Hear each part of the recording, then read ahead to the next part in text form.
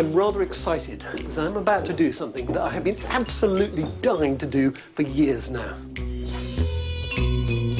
In the early days, surgeons were not exalted gods, but a rather lower form of pond life.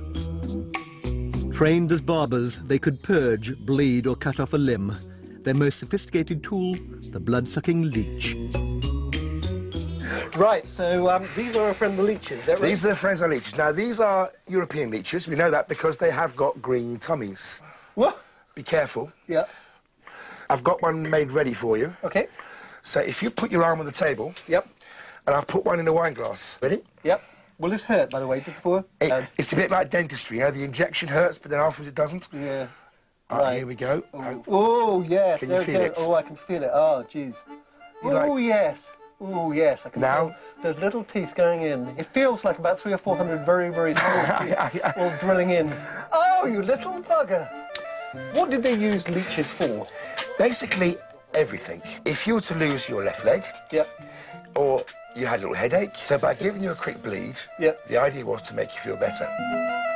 Doctors might prescribe it, but bloodletting itself was mainly left to the unsophisticated barber surgeons.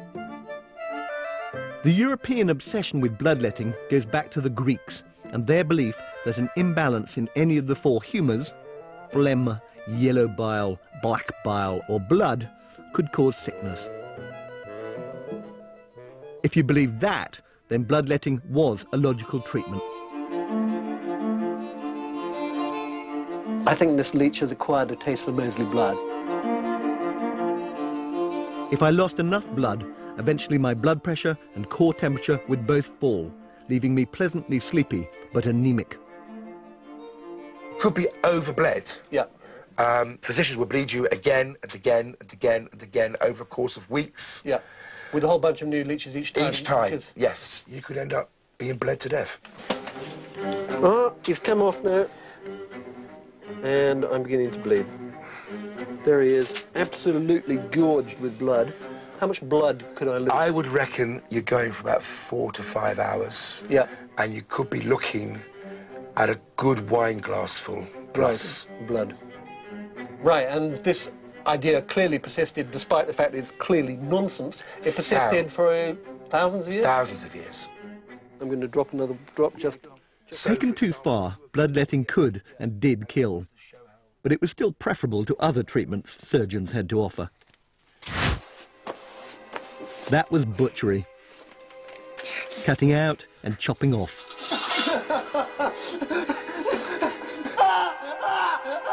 Oh dear. It's good to be back in the 21st century. I've got a pressure bandage on, which is there because apparently I'm going to go on bleeding for a couple of more hours, and I've got my leech, who I'm going to take home to show the family, keep it as a family pet. But more importantly, I'm now going on the trail of the men who would eventually make the leech redundant and who would drag surgery kicking and screaming out of the dark ages. Today, whether it's due to a car crash, cancer or a heart attack, okay, we are getting faster fall. So you can then... around 75% of us will, at some point, come under the surgeon's knife.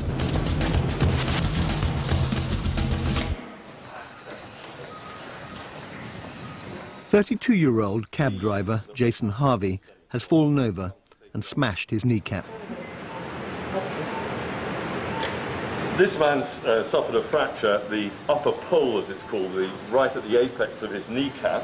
A fracture like this, before the days in which we could safely do surgery, would have significant repercussions on the patient's ability to walk, and it really would be a significant disability. If Jason's operation is successful, then it will be largely thanks to 4 great breakthroughs, spanning 500 years of surgical advance and setback. The first of these breakthroughs was fundamental, understanding human anatomy. The first person to create really accurate drawings of the human body was the Renaissance genius Leonardo da Vinci. But he never published. So, well into the 16th century, doctors still relied for their understanding of anatomy on crude drawings done 1300 years before.